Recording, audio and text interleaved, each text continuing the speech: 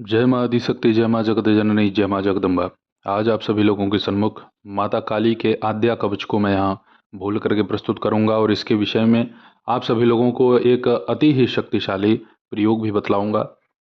बहुत सारे लोग मुझसे बहुत समय से कह रहे थे कि गुरुजी आप आद्या काली कवच के विषय में कुछ बतलाइए या इस कवच को प्रस्तुत कीजिए। तो आज वह समय आ चुका है।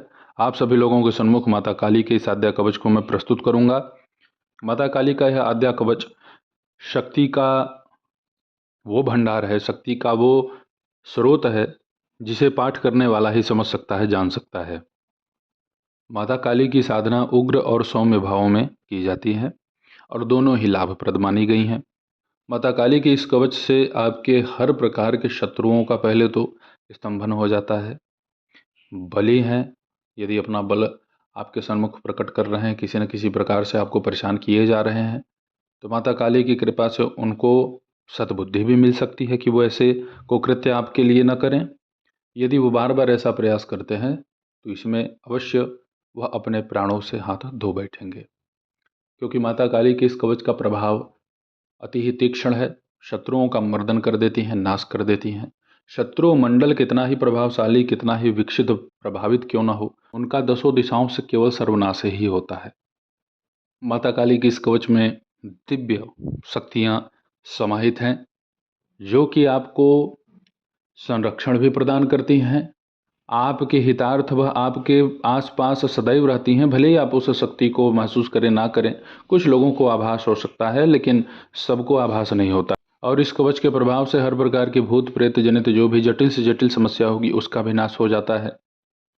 हर प्रकार की विपदा, हर प्रकार की समस्या को माता काली के इस कवच से नष्ट किया जाता है। प्रभावशाली है, अमिट है, अकाट्य है। मैंने पहले ही कहा ना कि जो इसका पाठ करेगा वही इसके तेज के विषय में जान सकता है, बाकी सब लोग तो बस चर्चा कर सकते हैं। अब आप सभी लोगों के सन्मुख माता काली के इस कवच का पाठ करते समय एक प्रयोग बतला देता हूँ कि क्या करना है आपको। आपको एक नारियल लेना है, 11 लौंग लेने हैं जिस पर फूल बना होना चाहिए, 2 ग्राम फिटकरी टुकड़े में होगा वही ले लेना, 1 रुपए की पीली सरसों, 5 रुपए का भांग। तो भांग के पत्ते अगर मिल जाए तो उस पत्ते को भी उसमें आप रख सकते हैं, या बहुत सारी विधियों से भांग मिलता है, तो जैसा भी मिले भांग को उसमें रखिए।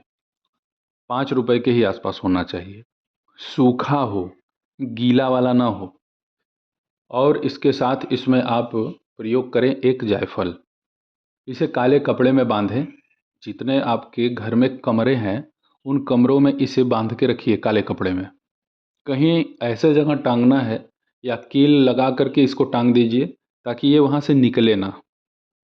समझ रहे हैं? जब तक आपके घर में आप इस कवच का पाठ कर रहे हैं, जैसे मान लीजिए आपने संकल्प ले लिया कि मुझे इस कवच का 1100 पाठ करना है या 100 पाठ करना है, तो पहले ही दिन आपको आपके प्रत्येक कमरों में एक एक यह नारियल वाला प्रयोग करना है, जो भी मैंने सामान सब बताए। अब भैया रूम 50 है तो 50 में रखो, रूम अगर 5 है तो 5 में रखो, और इसे आप अपने बाथरूम में भी लटकाएं।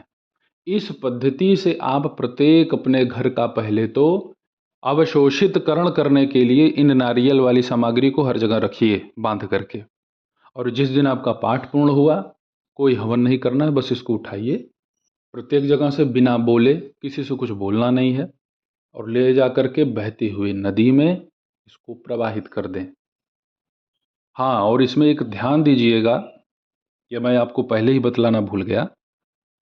जब इस क्रिया को आप करें, अंत वाले दिन जिस दिन आपको सब प्रवाहित करना है, उस दिन के एक दिन पहले ही आप 1.25 पाव बर्फ़ी खरीद लीजिए, चाहे पेड़ा खरीद लीजिए। प्रत्येक नारियल को ले जा करके जल में प्रवाहित करेंगे तो उसी समय उस मीठा को भी जल में प्रवाहित कर देना है। हर प्रकार की समस्या आपके घर से दूर होती है। अब आप सभी लोगों के सन्मुख इस कवच को मैं यहाँ बोल करके प्रस्तुत कर देता हूँ, आप इसे सुने। श्री सदाशिव उवाच कथितं परमं ब्रह्म प्रकृतेः स्तवनं महत् आद्यायाः श्रीकालिकायाः कवचं शृणु साम्प्रतं त्रैलोक्यविजयस्यास्य कवचस्य ऋषिः शिवछन्दो अनुष्टुप्देवता च आद्या काली प्रकीर्तिता मायाबीजं बीजमिति रमाशक्तिरुदाहृता क्रीङ्कीलकं काम्यसिद्धौ विनियोगः प्रकीर्तितः। मूल कवच पाठ। ह्रीं आद्या मे शिरः पातु श्रीं काली वदनं मम हृदयं क्रीं पराशक्तिः पायात् कंठं परात्परा। नेत्रे पातु जगद्धात्री कर्णौ रक्षतु शङ्करी घ्राणं पातु महामाया रसनाम सर्वमङ्गला। दन्तान् रक्षतु कौमारी कपोलौ कमलालया। ओष्ठधरौ क्षमा रक्षेत् चिबुकं चारुहासिनी। ग्रीवां पायातु कुलेशानी ककुत् पातु कृपामयी। द्वौ बाहु बाहुदा रक्षित करो कैवल्यदायिनी। स्कन्धौ कपर्दिनी पातु पृष्ठं त्रैलोक्यतारिणी। पार्श्वे पायाद्दर्पणा मे कटिं मे कमठासना। नाभौ पातु विशालाक्षी प्रजस्थानं प्रभावती। उरु रक्षतु कल्याणी पादौ में पातु पार्वती। जय दुर्गावतु प्राणान् सर्वांगं सर्वसिद्धिदा। रक्षाहीनं तु यत् स्थानं वर्जितं कवचेन च तत्सर्वं मे सदा रक्षेदाद्या काली सनातनी फलश्रुति। इति ते कथितं दिव्यं त्रैलोक्य विजयाभिधं कवचं कालिका दिव्या आद्यायाः परमाद्भुतं। पूजा काले पठेत् अस्तु आद्याधिकृत मानसः। आप सभी लोगों के सन्मुख हमने माता काली के इस आद्या काली कवच को बोल करके प्रस्तुत कर दिया। माता काली के इस आद्या कवच का पाठ वैसे तो सभी कर सकते हैं, लेकिन जो लोग देवी के उपासक हैं, किसी भी देवी की वो आराधना कर रहे हैं, तो उनके लिए इसमें कोई रोक टोक नहीं है। देखिए, वास्तविकता ये है कि मैं आप सभी लोगों के सन्मुख किसी भी व्यक्ति विशेष को स्पेशल यहाँ कुछ नहीं बतलाता। मैं सार्वजनिक रूप से सबके सन्मुख प्रस्तुत कर रहा हूँ सारी व्यवस्थाओं को। जो अयोग्य अपात्र व्यक्ति है मेरे चैनल से दूर ही रहेगा, नहीं करेगा। मेरे द्वारा दिया गया कोई भी साधना कर ही नहीं पाएगा। उसको घबराहट होगी, बेचैनी होगी। वो मेरे द्वारा कोई प्रयोग करेगा तो उसका तबीयत बिगड़ जाएगा, तो वो उसकी अपात्रता है, अयोग्यता है। और मैं यहाँ जो भी प्रयोग दे रहा हूँ उस प्रयोग का सीधा कार्य यही है कि आप सब लोग अपना कल्याण करें, बस। और जिन लोगों को मेरे द्वारा दिए गए प्रयोगों में दोष दिखता है तो चैनल बहुत सारे पड़े हैं, आप उनका देखिए, या खुद ही यदि इतनी जानकारी है तो एक नया चैनल बना करके सबको ज्ञान दीजिए।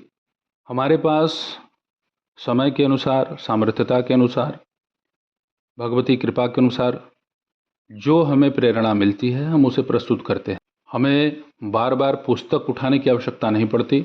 इस कवच को हम डिस्क्रिप्शन में उपलब्ध करवा देंगे। काले वस्त्र को धारण करके आप अपने घर में इसका पाठ कर सकते हैं। यदि संभव हो तो भगवान शिव के समीप में, जैसे भगवान शिव का मंदिर है प्राण प्रतिष्ठित, तो वहाँ पर भी इसका आप पाठ कर सकते हैं, तो उसका फल आपको अत्यधिक मिलेगा। लाभ थोड़े से बदल जाते हैं स्थान भेद के अनुसार। पूर्व दिशा की तरफ मुख करके इसका आप पाठ करें। शिवालय में कर रहे हैं तो भगवान शिव का सामान्य उपचार से पूजन अति आवश्यक होता है। अरे धूप दीप बत्ती कुछ उनके लिए भी जला दीजिए भाई, और क्या। प्रणाम कीजिए, आस्थापूर्वक बैठिए, अपना कार्य कीजिए। सब कुछ उन्हीं के द्वारा तो रचित है। आसन में कुश का आसन प्रयोग कीजिएगा और उसके ऊपर काले वस्त्र को फैला लीजिएगा। घी का दीपक इसमें जलेगा 3। तो ऐसे ही आप सभी लोगों की सेवा में मैं उपस्थित होता रहूँगा दिव्य विषयों के साथ। तब तक आप सभी अपना ध्यान रखें, सुखी रहें, स्वस्थ रहें। जय माता दी, हर हर महादेव।